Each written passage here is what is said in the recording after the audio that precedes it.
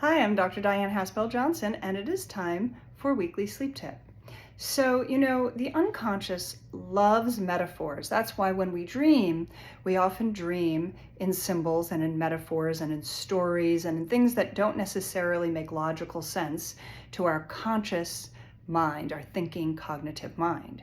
So one way in hypnosis and self-hypnosis that I communicate to the unconscious and give it suggestions for sleep is by using metaphors, by using symbols. And you can do that too. You, of course, can go and download my online self-hypnosis for sleep set through my website, but you can also start to use some of these metaphors on your own and practice your own self-hypnosis.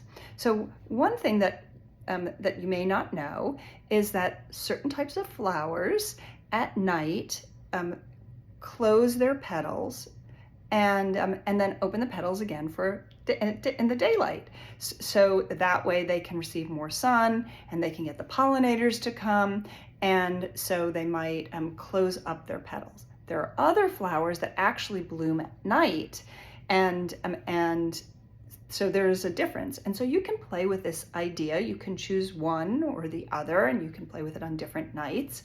But imagine, again, it's really helpful, and I've mentioned this before in some of my other videos. It's nice to start to do some of these things before the mind starts going, before we start thinking about our days or what is on our to-do list, processing information. Because once we get into that cognitive place, that cerebral place when we lay down in bed, I find it kind of gets harder to get out of it. So if right from the get-go you have an intention and you want to try this metaphor, it's a way of doing a little bit of self-hypnosis when you get into bed. So you might imagine that you are like a flower, and you might start with each part, starting with your mind, starting with your head. You might imagine that it's like a flower that's open and it's beginning to shut.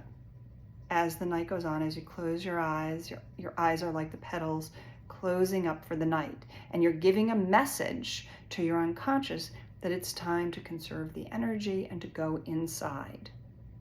And then you might alternatively want to imagine yourself as a different kind of flower that's opening to the moonlight, allowing the messages from the unconscious to give you whatever symbols, whatever information would be helpful for you.